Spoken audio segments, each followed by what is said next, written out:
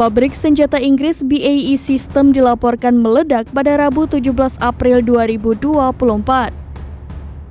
Padahal pabrik tersebut merupakan salah satu pemasok senjata terbesar bagi Israel. Akibat insiden tersebut, pasukan pertahanan Israel atau IDF terancam kekurangan amunisi perang. Dilansir dari Pars Today pada Jumat 19 April 2024, insiden tersebut dilaporkan oleh situs berita Inggris. Dalam laporan tersebut dijelaskan bahwa pabrik terbesar Inggris BAE System yang ada di selatan Wales meledak. Hingga saat ini, ledakan di dalam pabrik senjata itu pun masih dalam penyelidikan. Belum ada laporan pula soal ada atau tidaknya korban jiwa dalam insiden tersebut. Diketahui, pabrik senjata tersebut merupakan kontraktor militer terbesar di Eropa yang memproduksi berbagai jenis senjata, amunisi, dan artileri.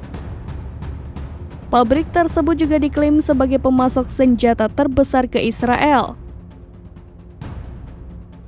Namun imbas ledakan tersebut, IDF terancam akan kekurangan pasokan senjata dan amunisi perang.